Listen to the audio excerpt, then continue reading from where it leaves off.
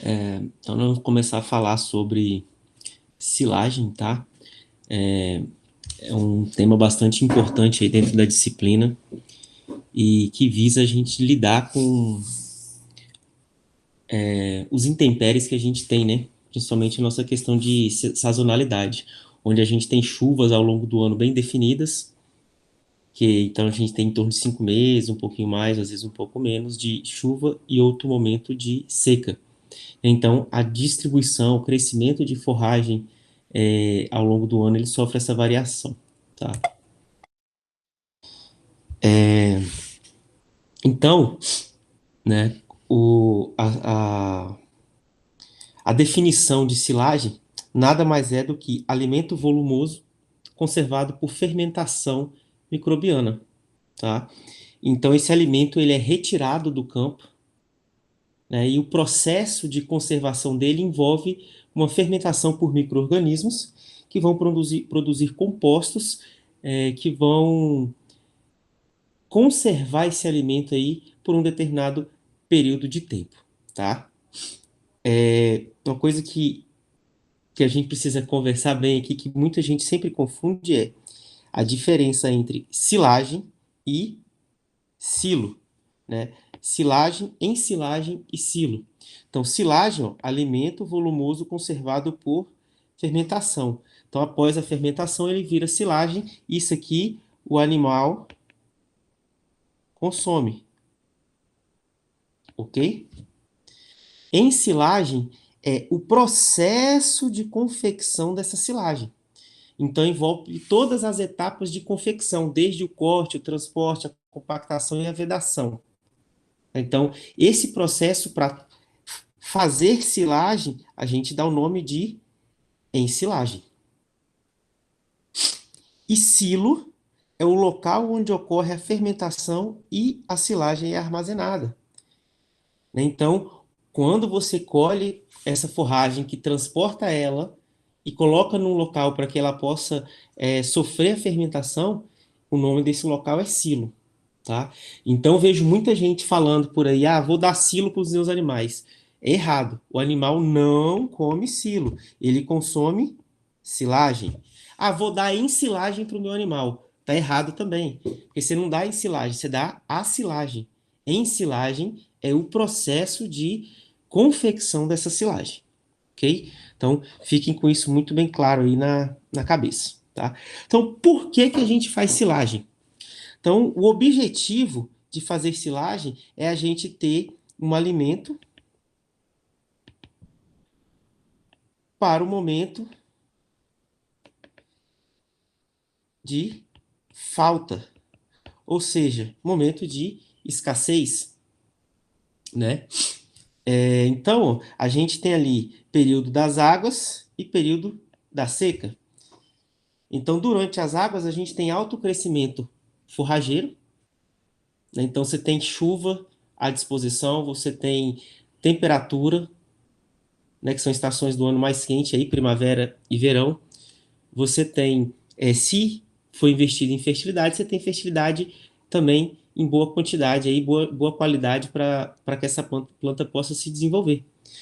Então, durante as águas, a planta tem alto crescimento. Durante a seca, ela apresenta nenhum ou quase nenhum crescimento, ou seja, baixo crescimento. Então, vai variar aí um pouco de algumas espécies, mas assim, em média, 80% de toda a produção de forragem acontece no período das águas, né? Em torno de 80 a 90%. E algo em torno de 10 a 20% no período de seca. Então, esse crescimento que tem na seca é com resíduo de umidade que tem no solo. Então, é aquele crescimento ali no início da seca, depois não tem mais crescimento. Então, por que que a gente faz a silagem? Para que a gente possa pegar parte disso aqui, ó, que foi produzido aqui no período das águas, e eu possa trazer para ser consumido aqui no período da seca. Então, eu pego o excedente no período das águas e trago esse excedente para ser consumido quando falta alimento. E com isso eu consigo distribuir essa quantidade de alimento aí ao longo do ano. Então, a silagem, ela é um alimento conservado. Por que conservado? Porque se essa forragem ficar, né, se eu cortar ela e deixar ali cortada de qualquer jeito, essa forragem ela vai degradar, ela vai estragar, ela vai oxidar, né, e vai perder seu valor nutricional, os animais não vão conseguir consumir.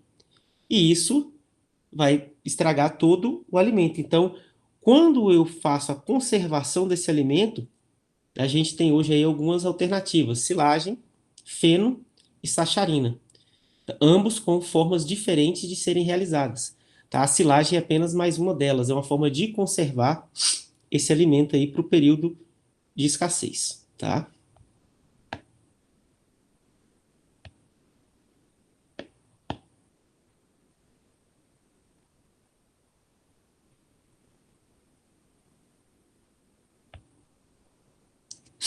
Então, o que, que pode ser ensilado?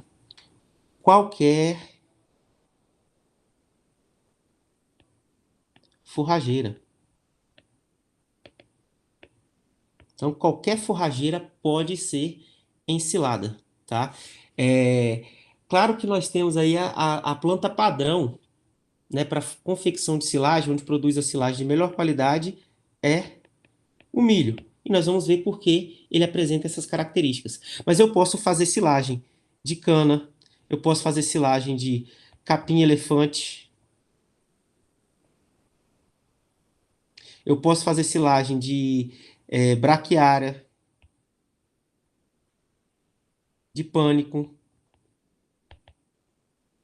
que mais? Outras forragens, né? De Tifton. Posso fazer silagem de umidícola. E assim por diante. Né? Qualquer forrageira eu posso fazer. Posso fazer silagem de alfafa? Até pode. Mas a gente vai ver que ela tem características que são bem ruins e as perdas são muito grandes. Então, por isso a gente não é tão comum de ver. Tá, o mais de sorgo, né? Sorgo aqui também produz silagem de boa qualidade. Então, qualquer forrageira eu posso confeccionar uma silagem. Eu posso pegar aquele excedente de produção e transformar aquilo para o período de para ser utilizado no período de escassez, tá? Outra coisa que é importante já frisar desde o início é que e muita gente confunde isso, tá? Nós já vamos explicar isso agora.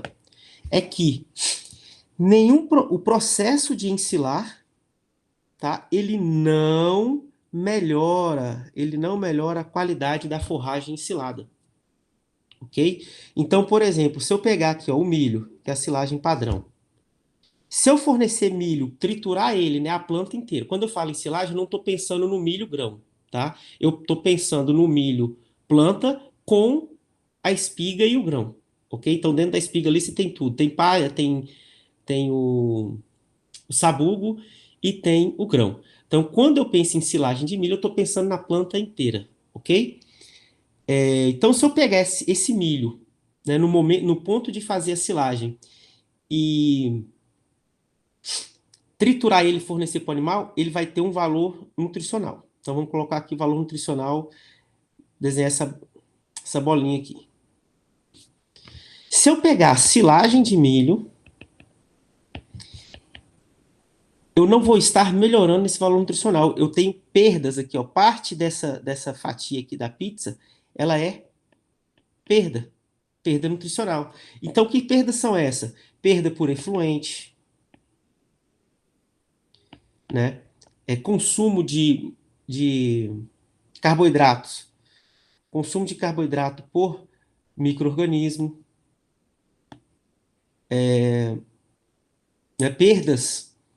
De perda de matéria seca dentro do silo. Então, isso daqui ó, vai tornar o milho, uma parte do valor nutricional daquele milho vai ser perdido. Ou seja, todo alimento, né, ensilado ou fenado, tá? Já vou adiantando, ele tem qualidade inferior ao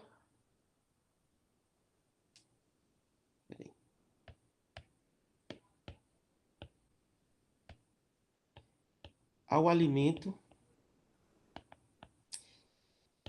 in natura. O que é esse in natura? Ao alimento natural, na sua forma que você poderia fornecer ali aos animais. Ok? Bom, o que conserva esse alimento, né? Por que eu consigo ter um alimento conservado aí? A gente tem alguns dados na literatura de 2 anos, né? Um pouco mais. Mas o objetivo não é esse. O objetivo é que eu faça a silagem para agora, né, no período das águas. Então, normalmente, aí você faz silagem lá pelo período de abril, de maio, vai depender um pouco da região, tá? E você vai usar essa silagem já no período de seca. Então, ali para julho, agosto, setembro, né? Então, você quer usar ali no mesmo ano. Você não vai querer fazer uma silagem para usar daqui 2 anos. Não é o objetivo. Embora, se bem feita, bem acondicionada, você possa ter uma silagem de qualidade para usar daqui a algum tempo. Claro que ela vai ter, cada período que passa, ela vai ter um pouquinho de perda de valor nutricional, tá? Porque a gente não consegue controlar todas as perdas que nós temos ali, ok? Então, a silagem ela é conservada através de fermentação, tá? Então, essa fermentação é feita por bactérias, tá? Então, essas bactérias, elas vão consumir alguns compostos que tem disponível dentro da forragem. Que compostos são esses? Os carboidratos solúveis. Então, o que são carboidratos solúveis? A gente já viu sobre isso daí, lá no começo da disciplina de nutrição, que os carboidratos solúveis são aqueles carboidratos simples, então os açúcares, né, o que tem rápida degradação. Os carboidratos complexos são os que têm na estrutura celular da célula, da parede celular, celulose e hemicelulose. Então, essas bactérias vão consumir esses carboidratos. E ao consumir carboidratos, elas vão produzir compostos chamados ácidos orgânicos. Dentre esses ácidos aí, nós temos o principal, que é o lático, o acetato e o propiônico. Ok? Então, nessa ordem aqui de produção, maior produção de ácido lático, são as bactérias homofermentativas, tem as que produzem, as heterofermentativas, que produzem tanto o ácido lático como o acetato, vai depender da competição aí entre as homofermentativas, e as que produzem ácido propiônico, tá? Então, esses ácidos orgânicos é que são responsáveis por conservar esse material que vai virar silagem, né? Essa planta que foi triturada e armazenada ali. Então, eles fazem com que o pH diminua, e quando o pH diminui e fica ali entre 3,8 a 4,2, ele estabiliza. Então, esse valor de pH, ele se torna tão ácido que impede o crescimento de outros micro-organismos dentro daquela massa ensilada. Então, é essa acidez a responsável por conservar a silagem. Tá? Então, as bactérias consomem os carboidratos ali, produzem ácidos orgânicos. Os ácidos orgânicos, de acordo com que aumenta a quantidade deles, eles tornam o ambiente inabitável para os micro-organismos, inclusive para essas produtoras de ácidos láticos, acetato e propiônico, ok? E aí, nós temos 3 fases na fermentação para que isso aqui aconteça, tá? Então, deixa eu apagar aqui.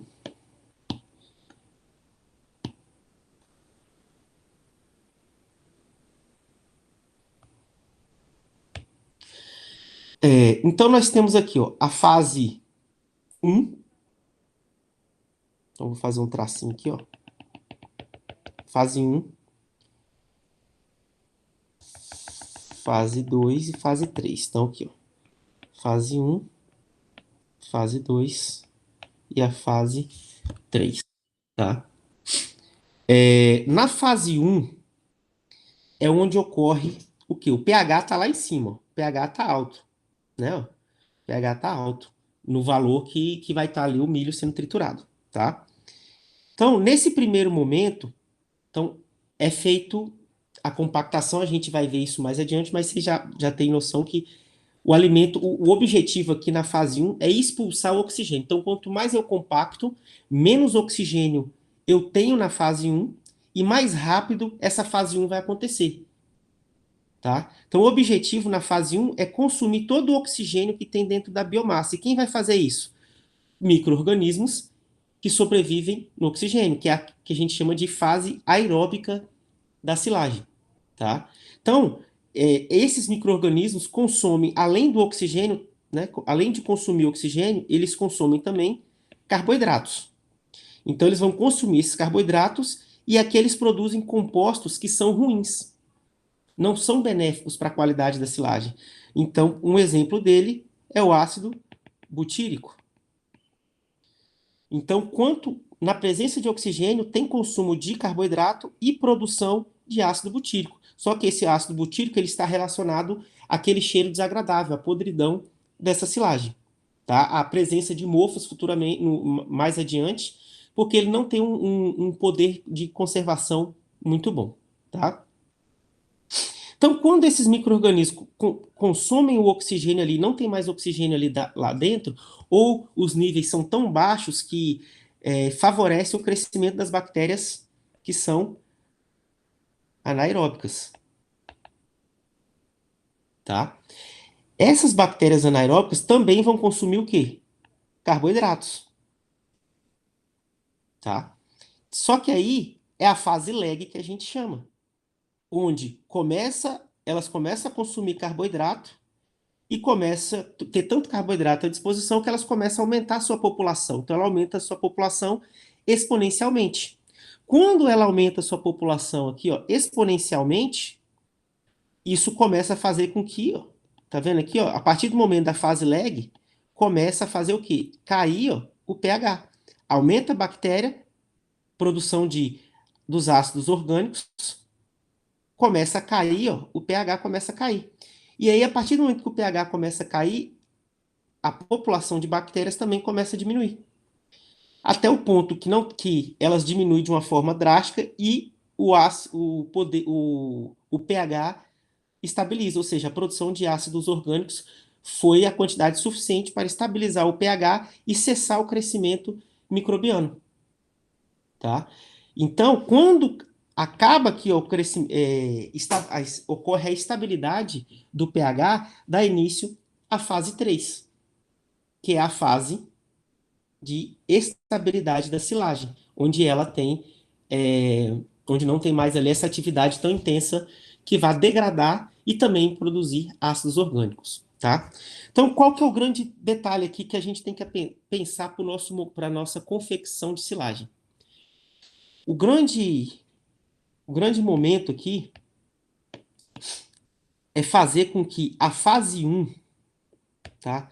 Que é essa aqui, ó, onde há consumo de oxigênio, ela seja a mais curta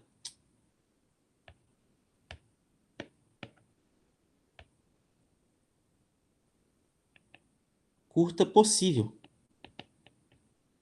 ok? Então, quanto menos tempo durar aqui, ó, a fase 1, mais carboidrato vai ter à disposição das bactérias anaeróbicas para produzir os ácidos orgânicos, mais rápido elas vão chegar na fase de estabilidade da silagem e mais carboidrato solúvel vai sobrar para o animal aproveitar aquilo depois como fonte de energia, tá? Porém, se você tem uma fase 1 prolongada, se tem uma fase 1 prolongada, o consumo de oxigênio e de carboidratos ele vai durar muito tempo. E isso vai fazer com que, dependendo do tempo de duração da fase 1, você tenha menos carboidrato para a produção de ácido lático.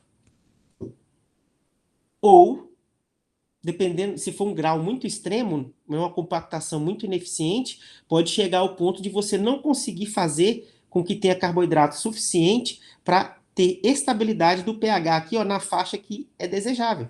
E pode ser que esse pH aqui estabilize numa faixa de acidez maior. Essa acidez maior, desculpa, esse valor de maior pH, né, e menor acidez, vai fazer com que outros micro-organismos se desenvolvam aqui, podendo diminuir muito a qualidade da sua silagem. Tá? Então, o objetivo é sempre fazer com que a fase 1 seja o mais rápido possível. Tá? Então, quando a silagem é bem feita, a fase 1 durou pouco tempo, tem bastante carboidrato solúvel, você pode ter essa silagem aí pronta em até 21 dias. Porém, o mais comum que a gente vê por aí é em torno de 40 dias até essa silagem estar apta para consumo. Tá? Porém, quanto mais tempo ela demora, que ela só vai poder ser consumida na fase 3, que é o momento que ela atingiu a estabilidade. Quanto mais ela demora para atingir a estabilidade, mais pobre ela fica nutricionalmente. E quanto mais ela demora, mais quer dizer o quê? Que a fase 1 se prolongou. Tá? Então, esse é um ponto do que acontece dentro da silagem que a gente precisa entender, porque o processo de ensilagem influencia diretamente nessas fases da fermentação. Tá? Então, ó, o desenho aqui cortou, não ficou muito legal, não. Mas deixa eu ver se tá faltando um pedaço. Então, na fase 1 aqui, você tem consumo de oxigênio, né, algumas proteínas degradadas aí também, e depois esse oxigênio diminui e estabiliza, né? Crescimento, num primeiro momento aqui, ó, onde tem crescimento, consumo de oxigênio, você tem grande atividade de bactérias aeróbicas, depois essas bactérias vão diminuindo. Aí, no primeiro momento da fase lag, você tem produtoras de ácidos de acéticos, né, de ácido acético. E isso depois favorece o crescimento de bactérias acidoláticas. Então, o ácido lático é o principal ácido produzido aí na silagem. Então, a temperatura ela tende a aumentar num primeiro momento, mas depois da fase de estabilidade, ela estabiliza. E o pH, o ideal é que ele sempre caia o mais rápido possível até que a sua fase que vai entre 4,2 a 3,8, tá, de pH.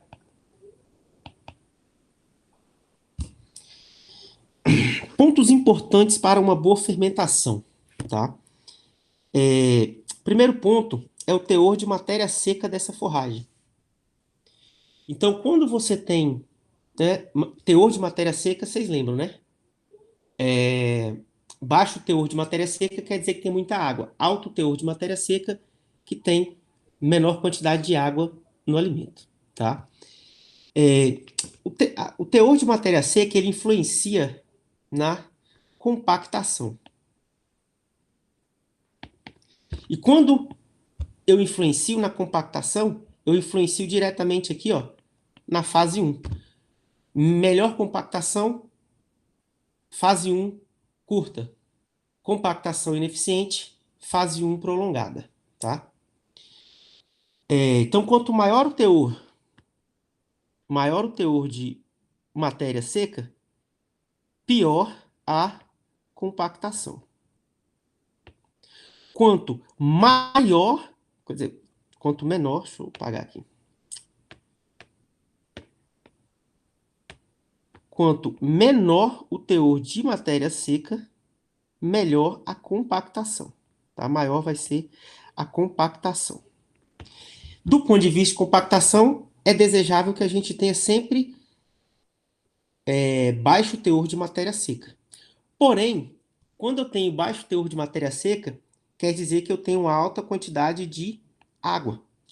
Só que, indiretamente, isso aqui influencia na produção de efluentes da silagem. Então, essa água que vai escorrendo ali, além de atrapalhar a fermentação, né, ela vai carrear nutrientes que estão sendo degradados ali, que estão sendo tirados de dentro da célula, da forrageira, e que seriam utilizados pelas bactérias. Então, carboidrato, principalmente, algumas proteínas, minerais, vão sendo lixiviados para a parte mais de baixo da forragem, do silo. E esse acúmulo de efluente também, além de ser contaminante do solo, ele também vai estragar grande parte daquela forragem que ficar em contato direto com esse efluente. Então, embora eu favoreça a compactação, eu pioro muito a qualidade nutricional dessa planta. Então, o negócio é buscar um equilíbrio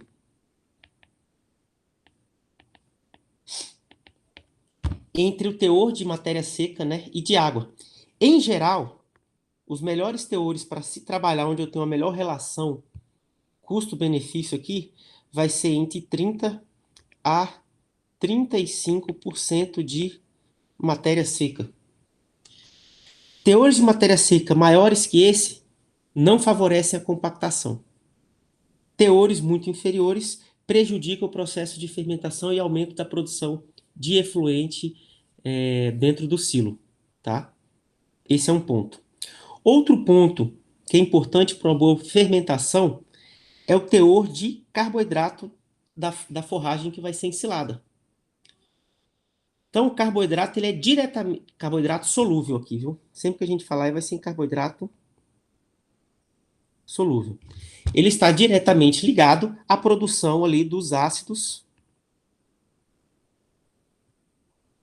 orgânicos, tá?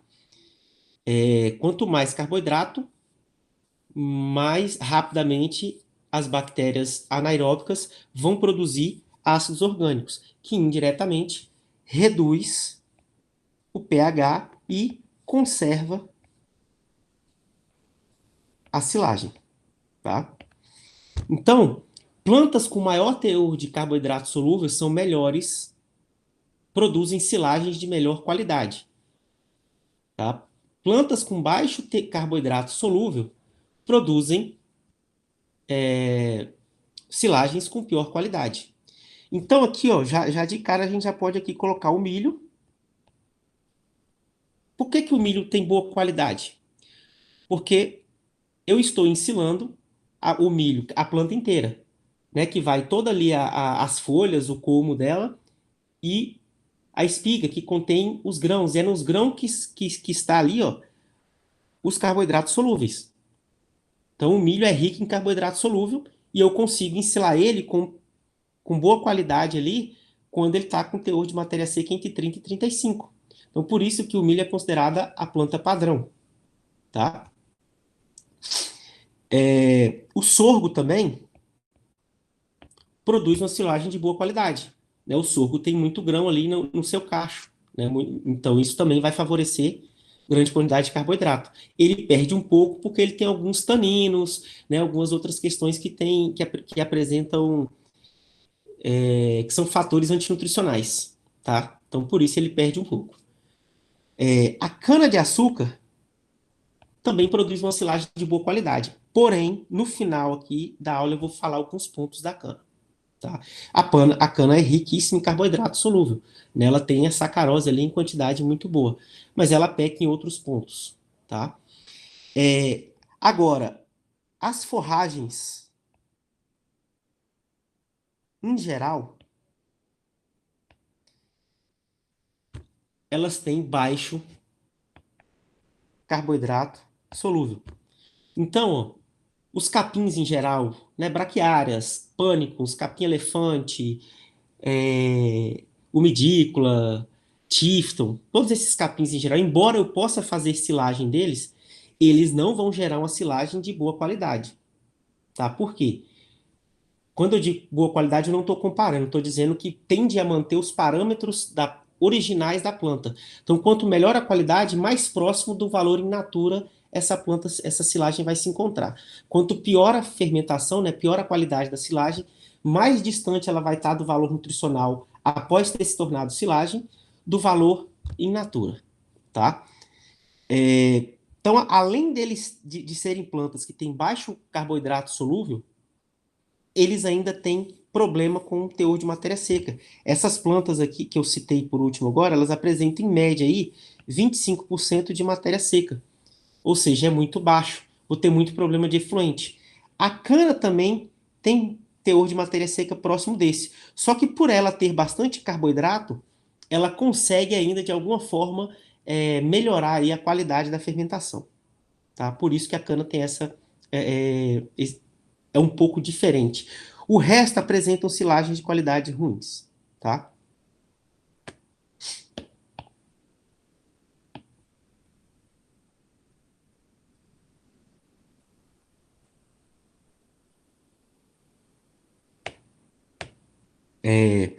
Poder tampão. Tá? Esse poder tampão, algumas plantas têm capacidade de, de complexar, né, de, de, de impedir com que esses ácidos orgânicos diminuam o pH. Né? Tem alguns compostos ali que vão complexar esses ácidos orgânicos e vão inibir a queda do pH. Em geral, as leguminosas apresentam esse problema. Então, por isso que a gente não vê muita leguminosa como se produzindo silagem, né? Produzindo silagem, virando, se tornando silagem. Então, poderia pegar alfafa, que, né, tem teor de proteína muito bom. Mas isso vai fazer com que tenha baixa queda de pH e eu vou ter uma perda muito grande. Né? Então, a gente considera aí perdas de mais de 50%. Ou seja, se eu fiz 100 quilos de silagem, em torno de 50 vai ser desperdiçado no processo de fermentação, vai virar efluente, vai ter refluxo, produção de mofo e assim por diante, né, que eu vou ter que jogar isso fora. Então, em geral, leguminosas a gente não faz silagem, tá? Aqui eu tenho uma tabela comparando silagem de milho e silagem de sorgo. Né? Os teores de matéria seca são muito próximos, quantidade de carboidrato também são muito próximos, tá? Ponto de ponto de e o estágio do grão quando é feito a colheita. No caso do milho grão, ele vai estar no ponto farináceo. No caso de sorgo, ele vai estar. Eu começo mais cedo um pouco, do pastoso para o farináceo, porque o sorgo ele tem uma velocidade aí de mudança nesse estágio mais rápido do que a do milho, tá? O milho, em geral, vai depender da espécie que você está trabalhando, mas em geral, e claro, condições climáticas, né? Fertilidade, tudo isso influencia, mas em geral, de 100 a 110 dias após o plantio, ele vai estar atingindo esse ponto aqui, ó, de colheita, ponto farináceo, onde o teor de umidade vai estar nessa faixa, tá? No caso do sorgo, às vezes, por começar no pastoso, o teor de matéria seca está um pouquinho mais baixo. Mas em compensação também ele passa um pouco do ponto. Então eu tenho valores médios aí para ensilar, tá? E em torno de 90 dias, ok? E o sorgo, a única questão que ele tem que é contra ele, que são os fatores antinutricionais.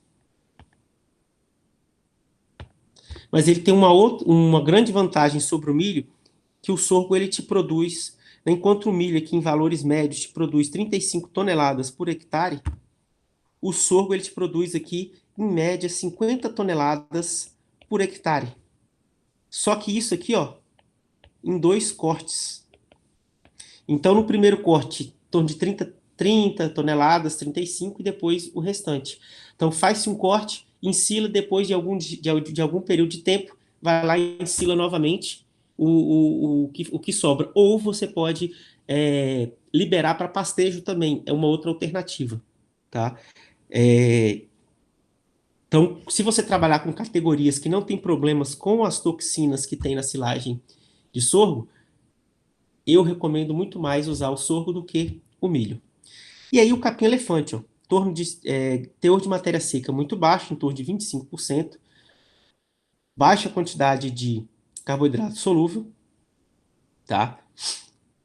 E, porém, um pouco mais precoce. Eu posso fazer silagem numa quantidade de tempo muito inferior. Eu posso acelerar a produção da minha silagem. Porém, para que eu tenha para que eu não tenha muitas perdas, eu tenho que fazer uma técnica que chama de pré-emurchecimento. que é essa técnica? É eu cortar o capim, depois eu deixo no sol ali por torno de 3 a 4 horas, depois eu trituro ele para colocar dentro do silo. E com isso, ele perde um pouco de água e aí eu consigo ensilar ele ali num teor de matéria seca desejável. Porém, isso aqui tem um problema com mão de obra e atraso na confecção muito grande. Então, por isso não é tão usual. Então, torna um processo que é mecanizável um pouco manual. Então, não é esse o objetivo, tá? Então, ali nós vimos os fatores que as plantas têm que ter. Agora nós vamos falar sobre as etapas do processo de ensilagem, tá? Dentre essas etapas de ensilagem, nós temos aí o corte e o transporte. Então, o tamanho de partícula ele é de extrema importância para o resultado final dessa silagem.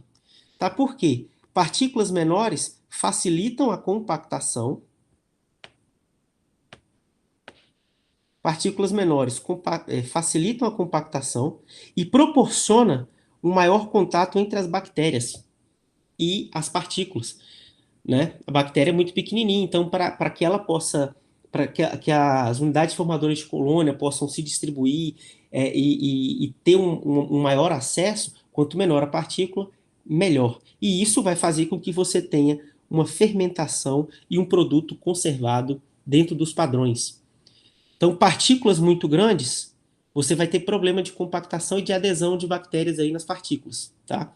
Então, tamanho de partícula é importantíssimo, tá? Importantíssimo.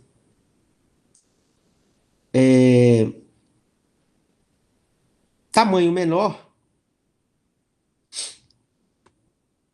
dificulta a compactação e tamanho menor, aí a gente vai ter um problema. Eu vou mostrar uma imagem, deixa eu ver se eu já tenho aqui. Isso aqui, ó.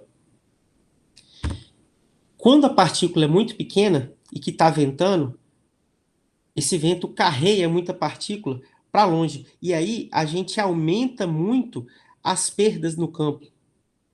Então, são toleráveis perdas de até 5% daquilo que você está cortando.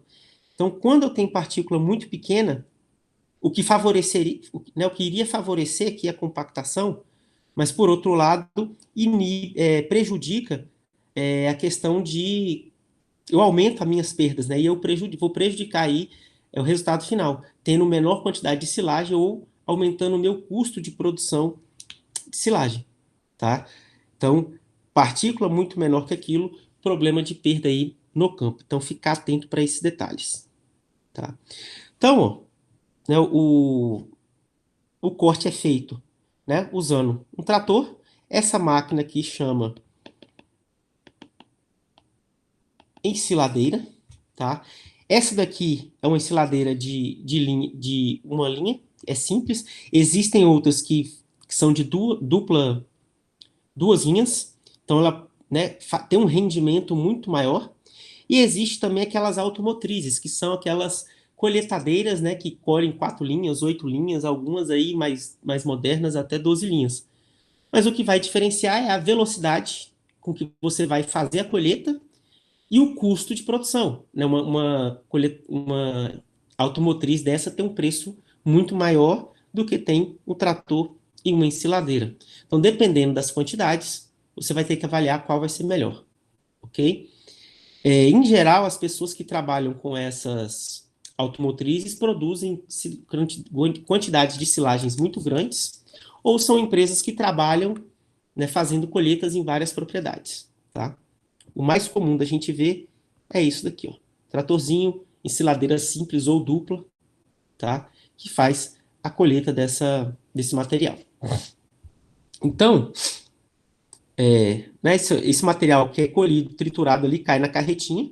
Então, nós temos aqui, ó, 2 tratores e a carretinha. Um com a ensiladeira e outro recebendo material. Então, você sempre tem 2 ou 3 ou caminhões aqui para poder encher, vai transportar até o local onde vai se fazer a silagem, tá? Então, aqui, ó, uma foto. Isso aqui foi feito lá na escola. Tirei essa foto lá em abril. Qualidade. de corte excelente. Então você tem uniformidade. Isso aqui é um ou outro pedaço de folha grande que está fora do padrão. Beleza. Um ou outro não tem problema.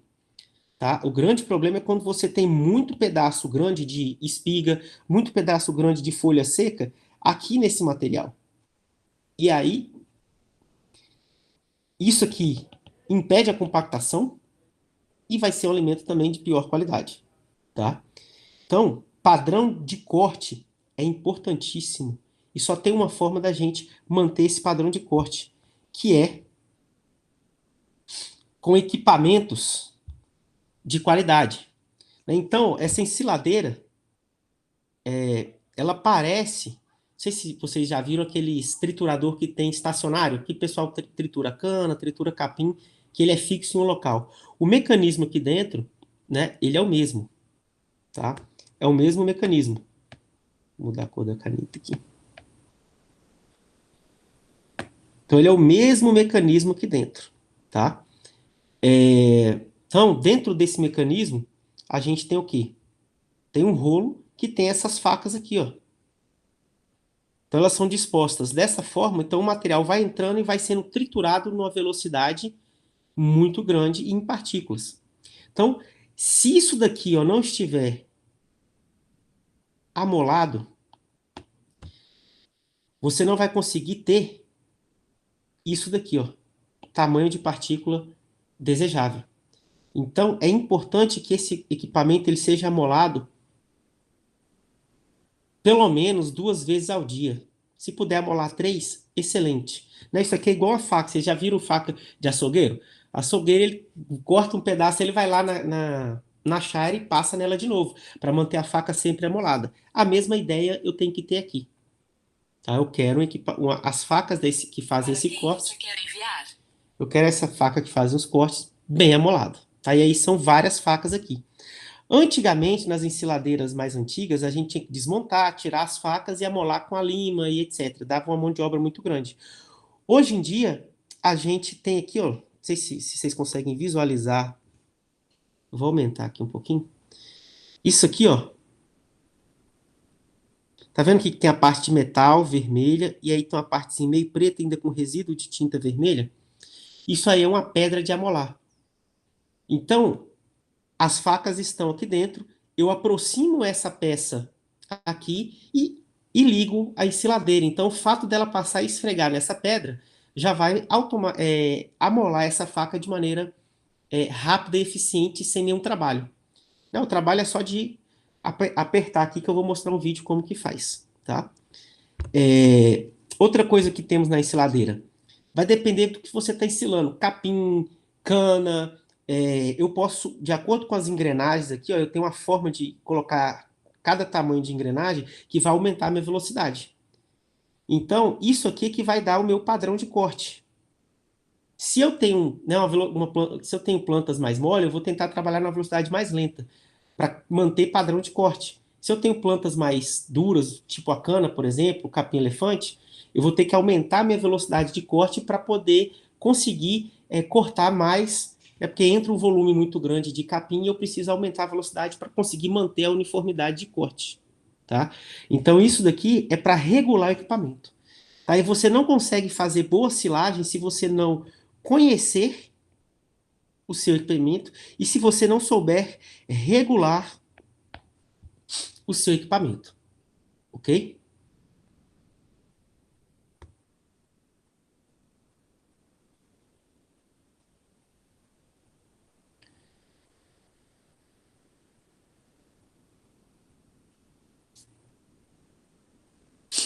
Então, vai apertando essa peça aqui e vai aproximando, ó, aquela pedra vai chegando para frente. E aí, ó, veja que a máquina está funcionando, ó, o cardão dela ali funcionando. Pronto, encostei, deixo ali 1 minutinho, 2 minutinhos.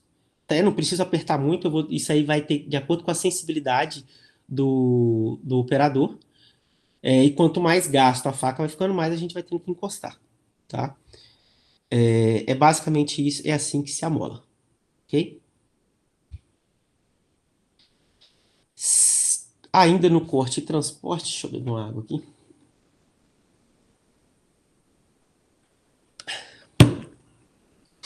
Então, o transporte e carregamento, né?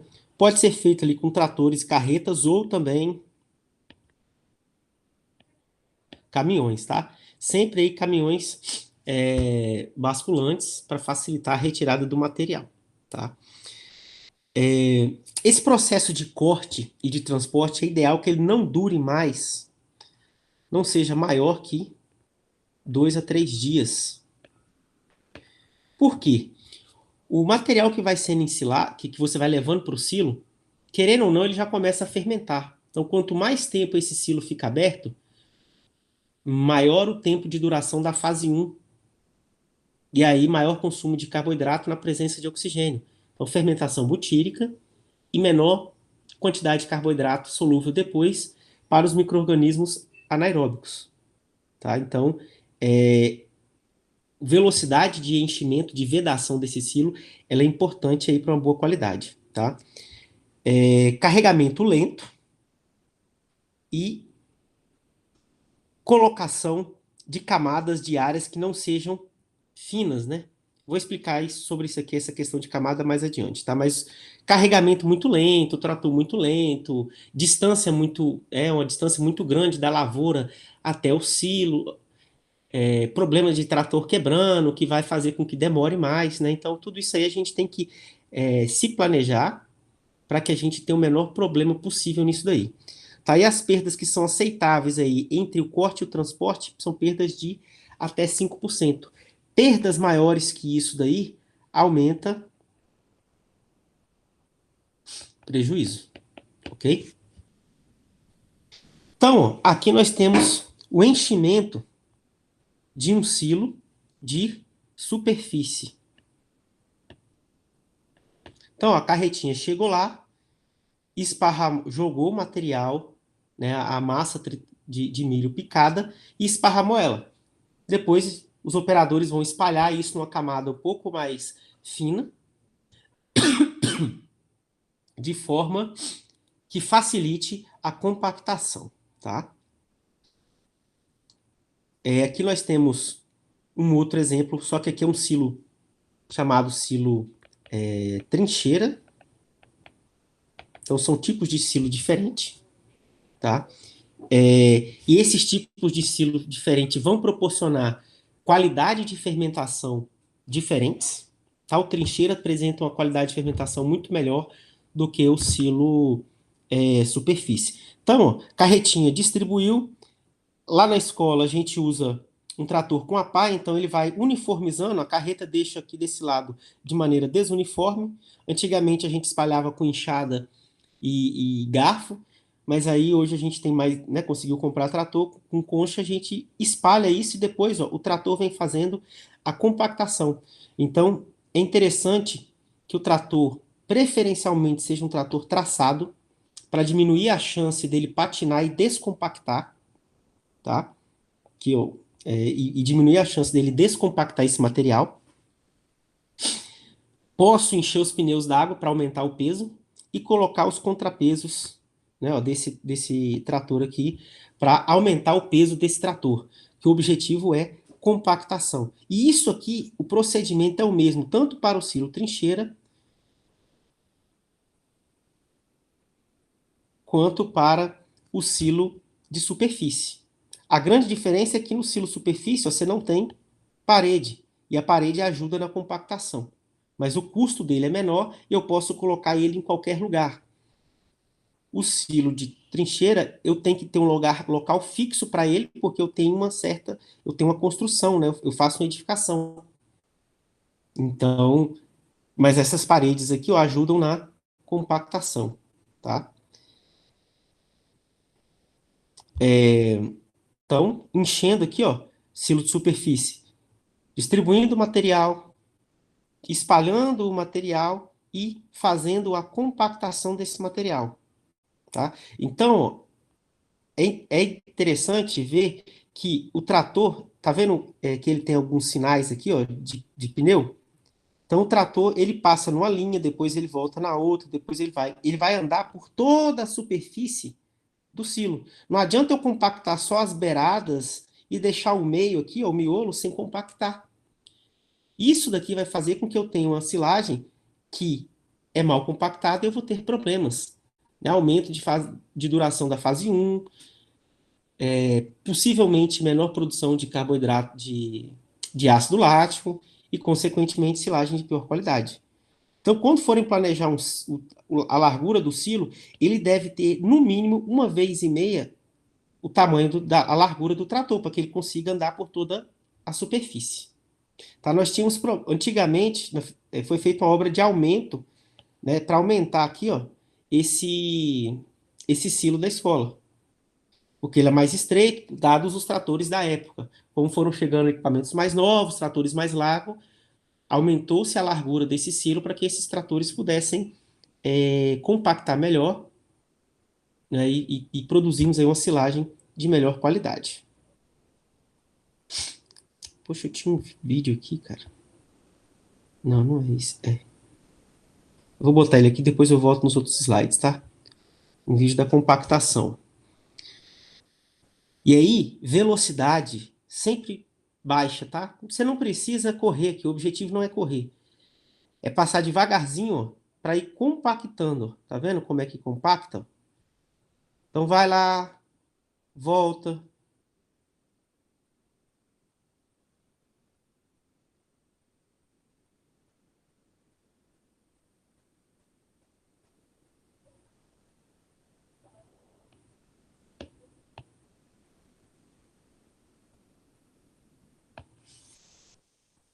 Ó, voltou no mesmo rastro, tá? E aí, ó, já no final aqui ele já foi mudando para poder fazer a compactação agora na lateral. Ó. Ele já não vai passar mais onde ele acabou de passar. Ele está passando do lado. E ele vai fazer isso várias vezes, até que passe aqui, ó, por toda a superfície. Então, cada vez que ele chega para que ele foi para lá um pouquinho, vai compactar aquela parte ali e vai compactar essa parte aqui mais central, tá? Então, isso é uma compactação de maneira eficiente. E é do mesmo jeito que eu faço ela aqui, eu faço ela lá no silo trincheira. Porém, com a diferença de como as camadas são montadas, tá? Vou esperar o vídeo acabar, eu vou explicar sobre essa questão das camadas.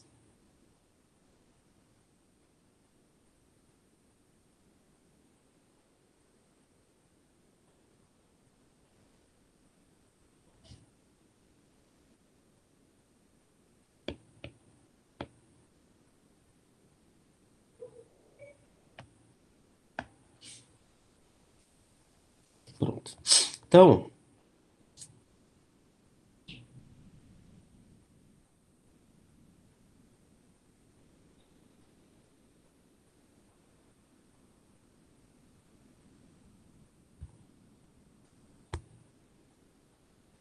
aqui no silo de superfície, as camadas são montadas, né, em linha reta, tá? Aqui no silo de trincheira, a gente monta, ó, as camadas elas são montadas nessa forma assim, ó. E você vai enchendo o silo dessa forma, ó. Tá vendo aqui nesse desenho e como aqui é feito em outra propriedade, ó, a parte de cá ela tá mais alta e você vai compactando dessa forma. Por que isso? Porque você aumenta a área de superfície de contato para compactar, tá? E, e aí vai havendo uma sobreposição sobre essas camadas aqui, ó. Então, quando você vem para a parte da frente, a camada de trás você vai recompactando. Então, você consegue ter uma compactação mais eficiente. Então, foram feitos trabalhos aí no passado vendo as melhores formas de compactar. Se era em linha reta, se era nesse sentido, né, ou se era primeiro em blocos. E os trabalhos mostram que esse aqui é a forma correta de se fazer a compactação, onde você tem uma compactação muito mais eficiente, tá? Diferente do que a gente tem aqui no silo de superfície. Tá? Mas aí é questão de tipo de silo, tá? Então aqui nós temos, ó, aqui nesse esquema mostra uma compactação ineficiente, onde a gente tem aqui, se vocês conseguirem ver bem, ó, o desenho mostra que tem que os pedaços aqui estão maiores, quer dizer que foi pouco compactado. Então, eu tenho grande quantidade de oxigênio. Do outro lado aqui, eu tenho menor quantidade de oxigênio e menor compactação, tá? Menor porosidade na massa, né? Isso que eu quero dizer. Menos poroso, menos oxigênio.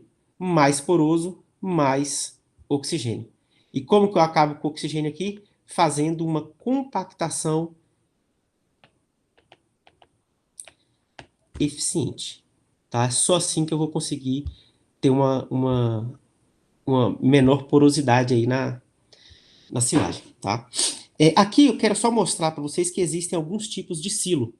Silo de meia encosta, ou silo aéreo, muito caro, muito difícil de fazer, quase não vemos aqui, quer dizer, eu nunca vi aqui no Brasil, tá? Mas a grande vantagem dele é que ele apresenta uma boa densidade. Então, quando eu falo em densidade,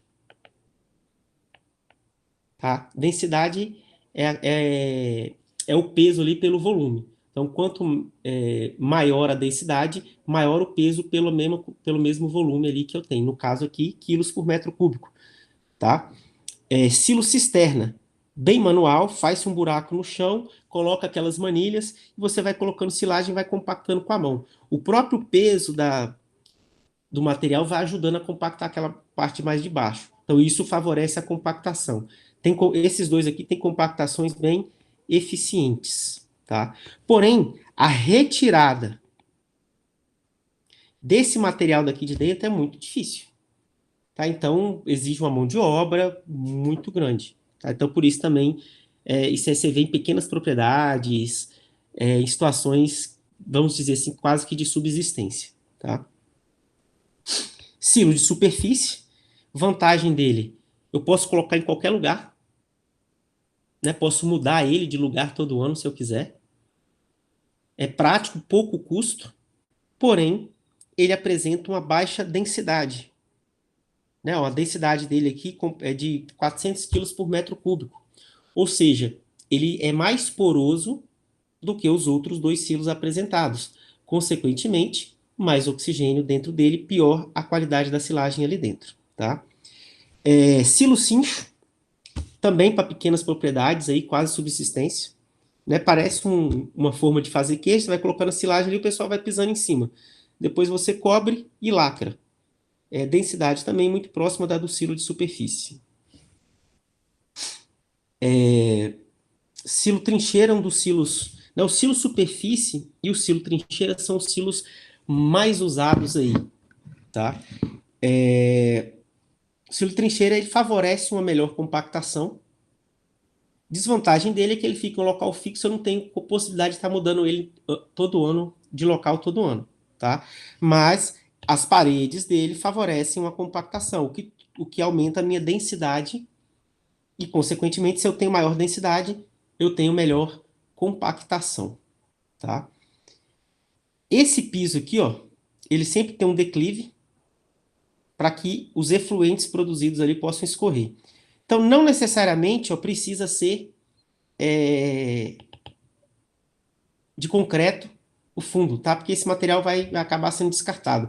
Pode ser de chão batido também e colocar uma lona no fundo, não tem problema.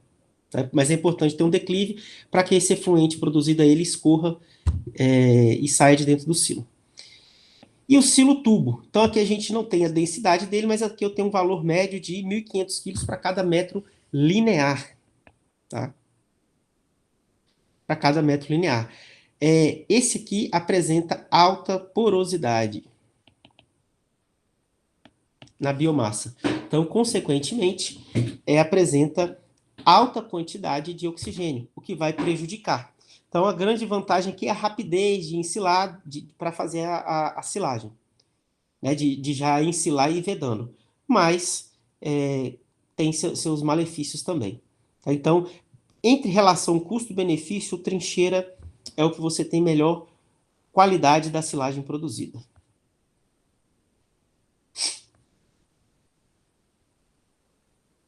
Ah, tá. Acho que eu tenho um vídeo aqui dele espalhando. Isso. Que espalhando é a silagem aí, tá? Então, primeiro espalha, depois compacta.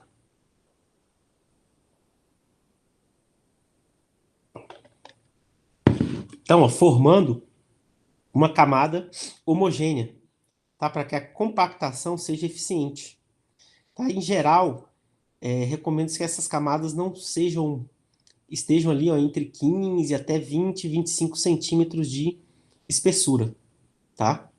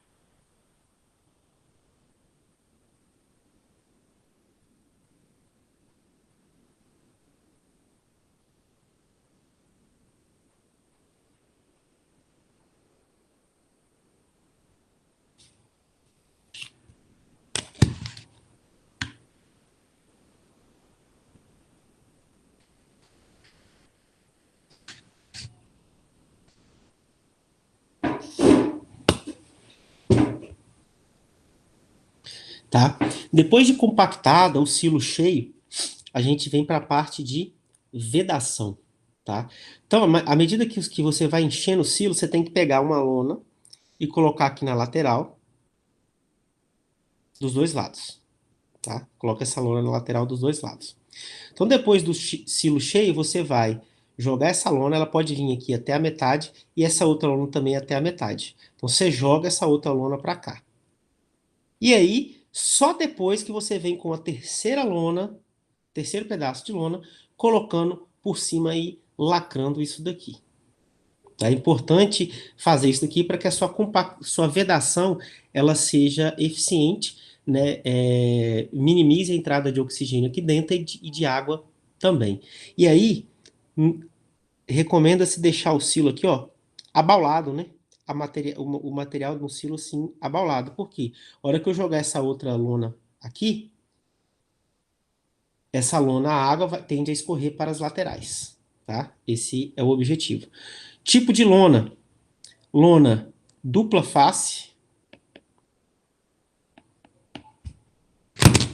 com a face branca.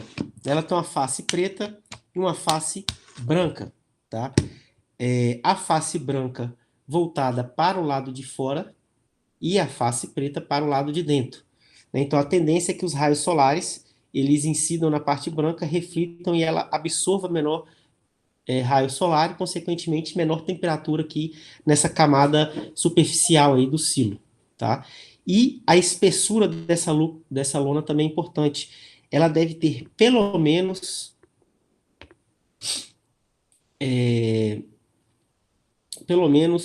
200 micras, tá? É a unidade de medida usada.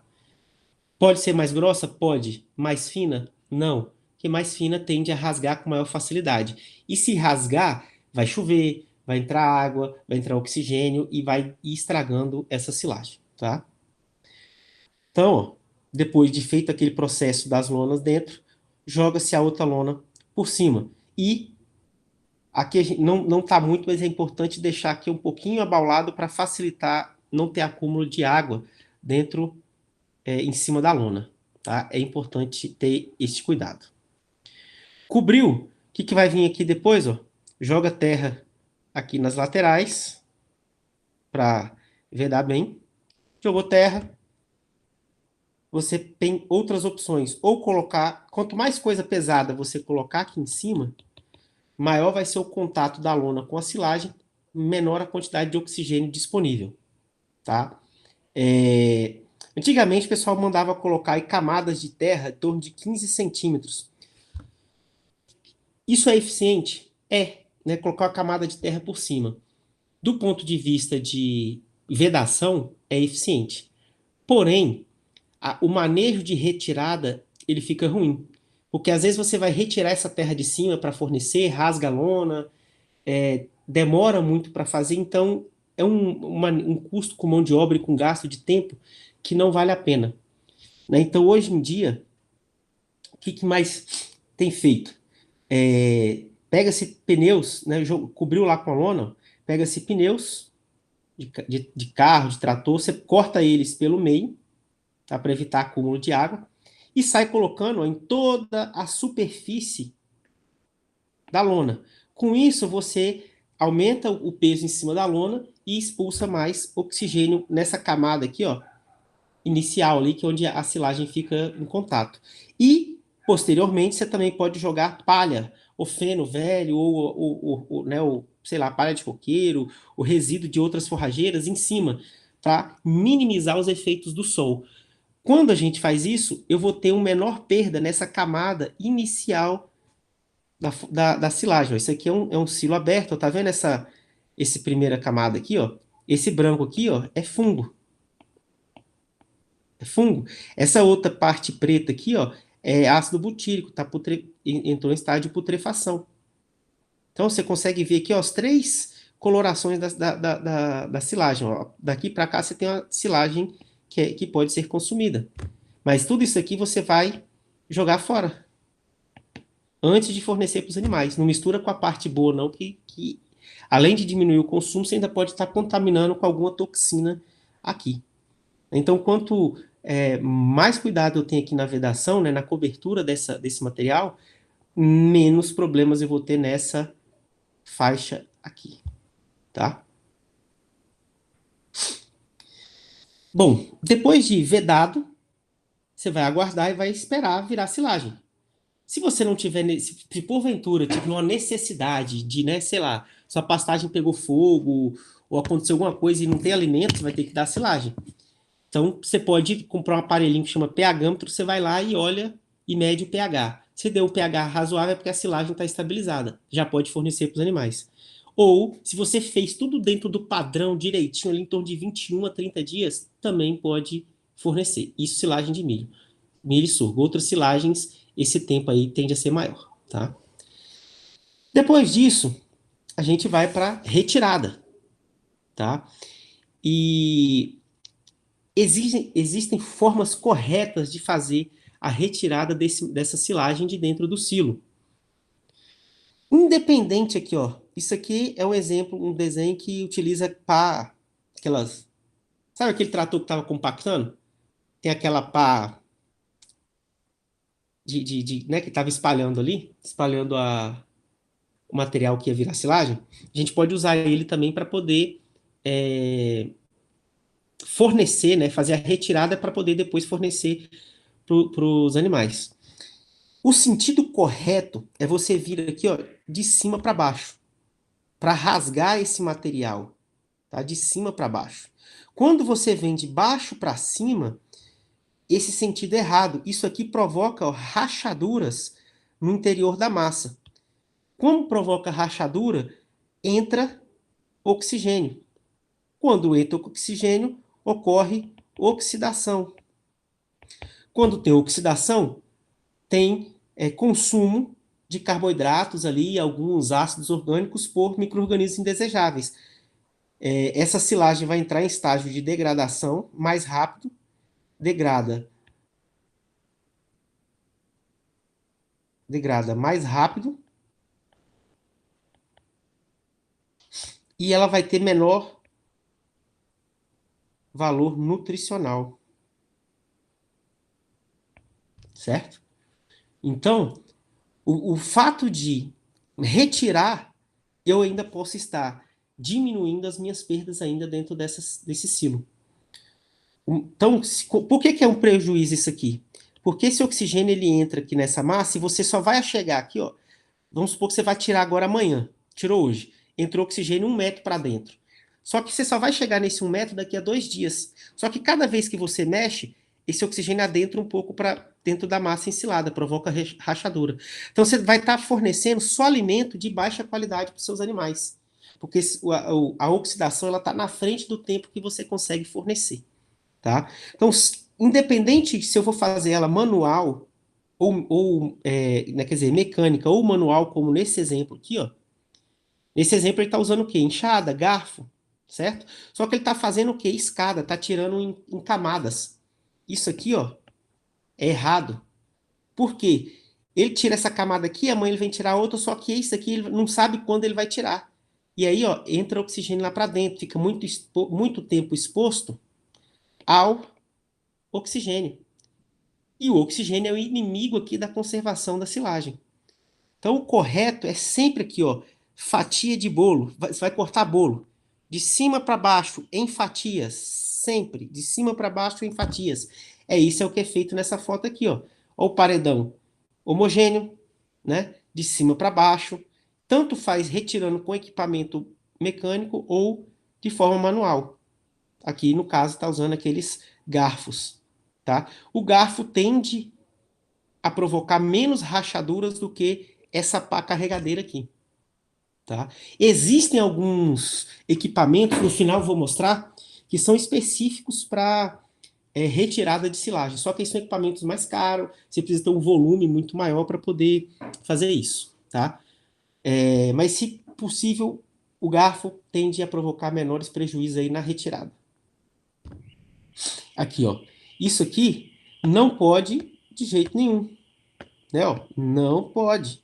Aqui, ó, trazendo de cima para baixo. Isso aqui provoca rachadura lá na massa, aumenta a entrada de oxigênio e isso vai fazer com que a qualidade seja diminuída, tá? Isso aqui, ó.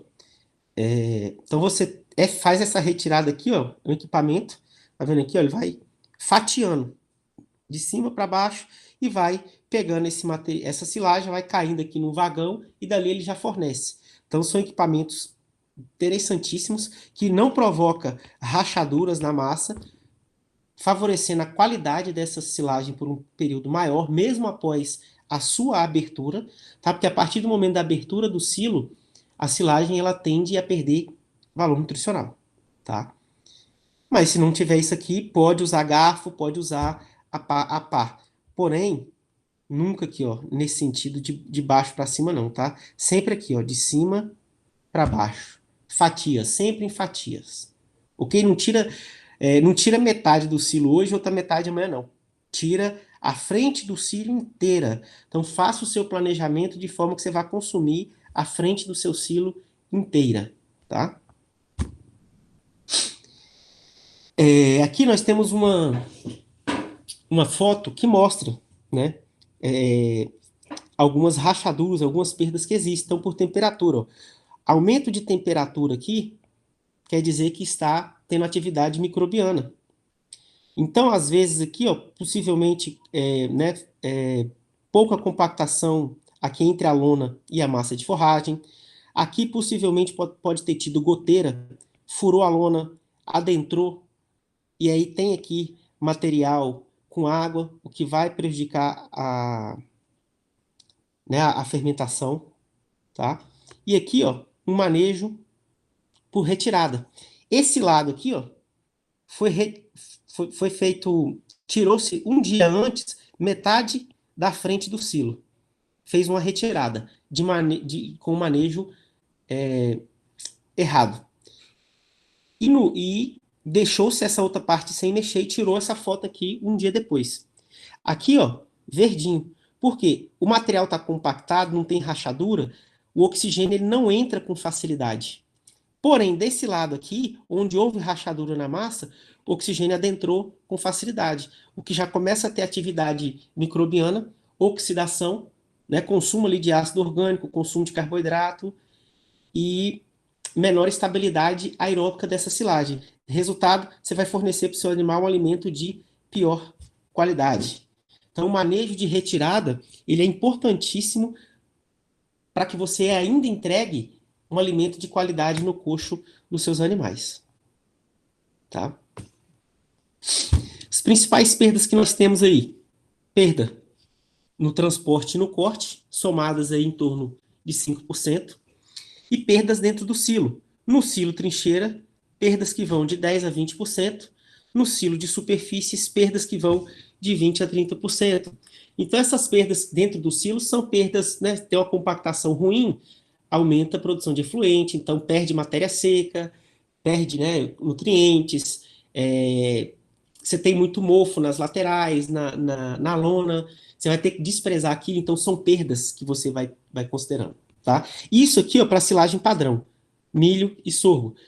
Cana, eu consigo ter valores próximos desse também. Mas se eu usar silagem de capim, essas perdas aqui, ó, elas tendem a ser maiores, tá?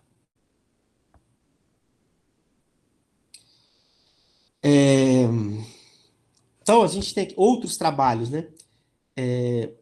Então, as perdas físicas em campo, somadas ali, né, tanto de campo quanto dentro do silo, podem ir ali em torno de 20 até 34% em situações razoáveis, ou em situações não muito controladas, até 70%, quando ocorrem danos no silo, como furos na lona, rachadura nas paredes, infiltração de água.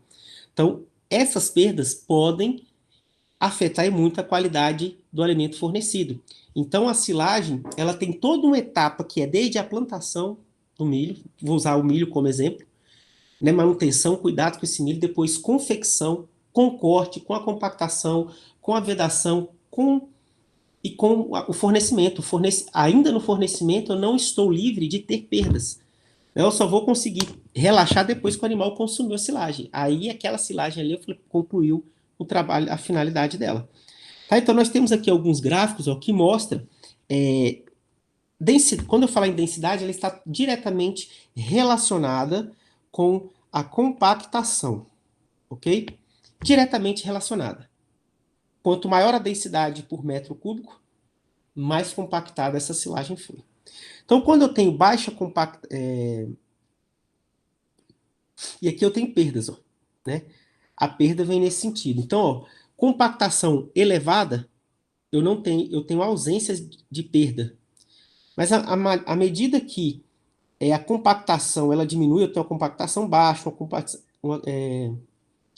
desculpa, que a compactação aqui ela diminui, ó, ela vem diminuindo aqui, eu vou ter perdas que vão aumentando. Então, as minhas perdas, elas tendem a aumentar, ok? Então, a compactação, ela está diretamente ligada a perdas no silo. Tamanho de partícula. Então, relacionado aqui também com o descarte de silagem, com a perda, tá? Quanto maior o tamanho de partícula, mais altas são as perdas. Por que isso? Dificuldade na compactação. Consequentemente, mais oxigênio aumenta as perdas dentro do silo. Então, são trabalhos que mostram que essas questões técnicas aí são importantes. Tipo de silo, né? Camada deteriorada. Então, aquela parte que fica no fundo do silo, nas laterais, que é a fatia que eu desprezo antes de fornecer, tá?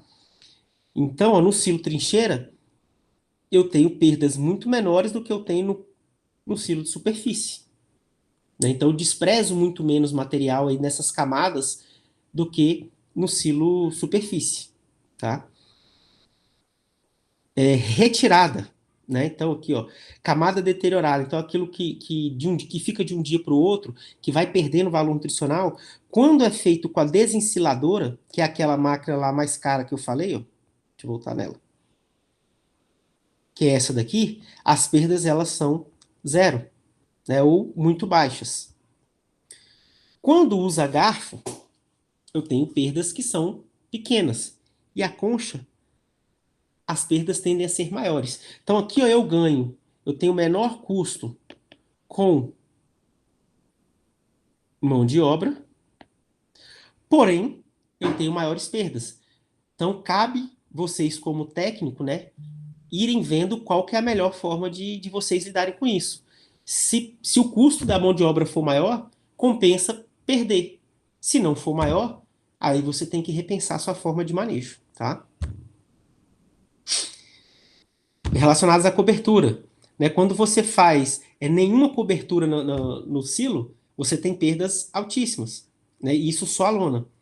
Quando você coloca lona e outras coisas, o pneu, o capim, você já consegue minimizar suas perdas aí naquela camada superficial. E quando você coloca a terra, você minimiza muito as suas perdas na camada superficial. Só que, lembrando que a terra dificulta manejo de retirada. Então, pense muito bem antes de tomar essa decisão, tá? é, relação entre os teores de matéria seca e as perdas por efluente, né? Aquilo que eu falei lá no começo.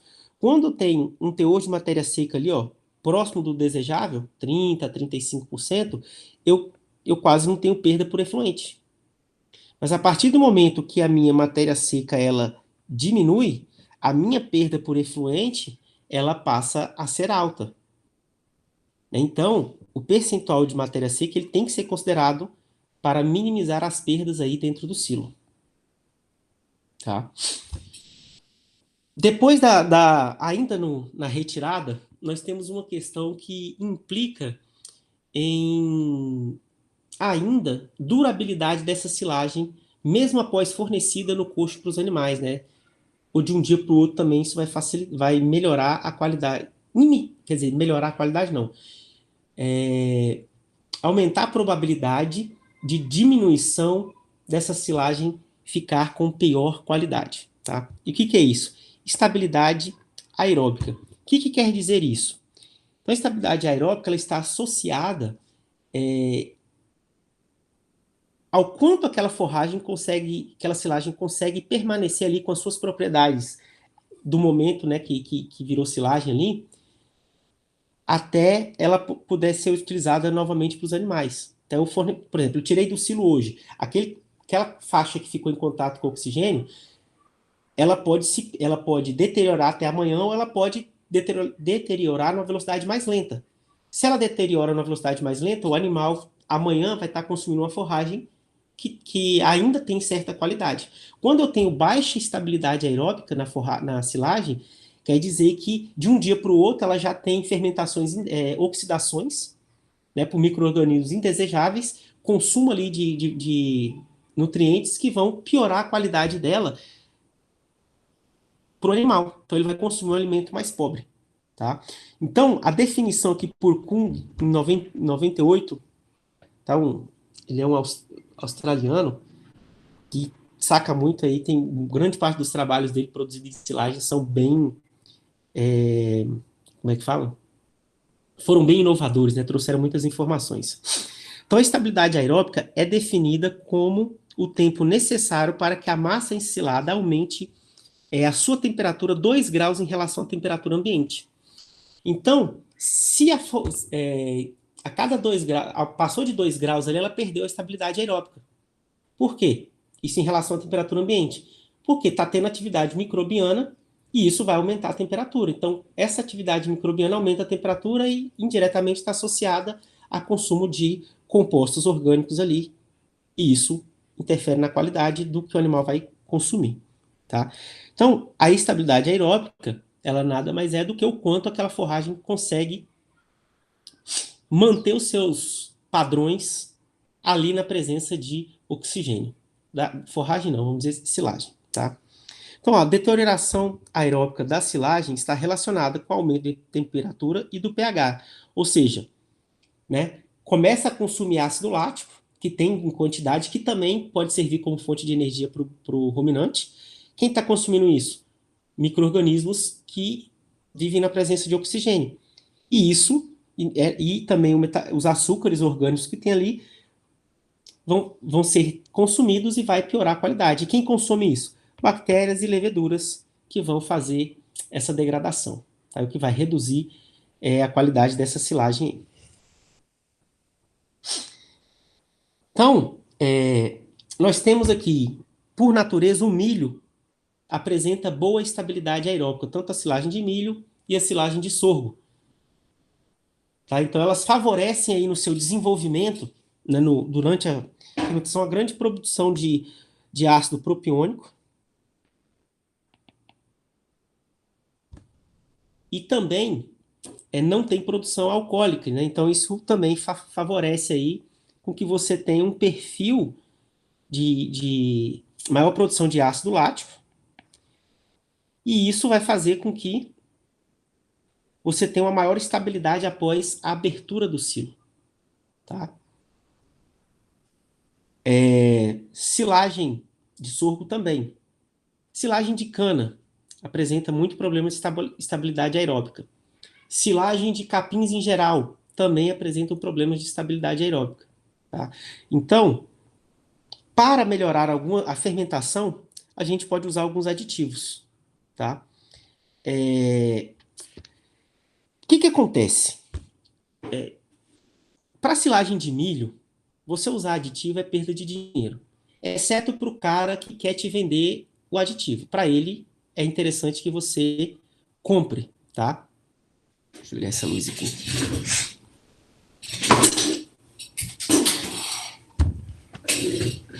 Então, para ele, é interessante que você compre o aditivo. Tá? Então, para silagem de milho e sorgo, não precisa, né? Não precisa de aditivo. Ah, mas eu quero aumentar a velocidade de fermentação. Isso também eles vão tentar te vender. Só que não adianta. Por quê? Na própria forragem, no milho, tem muito mais do que no sorgo, tá? Talvez para o sorgo você possa fazer uma adição de quantidades menores, mas não é necessário. Mas no milho você tem ali um perfil de carboidrato e de perfil de leveduras que também tem ali presentes, que rapidamente elas já começam a se multiplicar e já chega lá dentro do silo com uma boa quantidade ali de unidade formadora de colônia e que vai fermentar. Você só tem que compactar bem para que essas leveduras tenham sua atividade né, de lag iniciadas, tá? Isso seriam os aditivos que usariam para milho e sorgo, né, com um perfil de leveduras ali específico, tá? Porém, para silagem de cana, eu tenho alguns problemas e aí eu vou entrar nessa questão do aditivo daqui a pouco, tá? Primeiro, qual que é a vantagem da cana? Ela tem alto teor de carboidrato. Então ela é rica em carboidrato, isso é bom. Quanto mais carboidrato, mais ácido lático, mais rápido cai o pH, e aí, na consequência, eu tenho um alimento conservado de maneira mais rápida, ainda com propriedades nutricionais interessantes. Tá? Porém, o que, que acontece? Para o milho, se eu para o milho não, para a cana, como ela tem muito carboidrato e as fermentadoras de ácido lático não conseguem produzir na mesma velocidade, acaba dando espaço para leveduras que produzem álcool, tá? E aí, além de o álcool, ele não vai ser tão eficiente para ajudar na redução do pH. Isso atrapalha. E o álcool também consome carboidrato, né? Então, o carboidrato que poderia servir para o animal futuramente, ele vai estar sendo, via rota metabólica, produzindo álcool.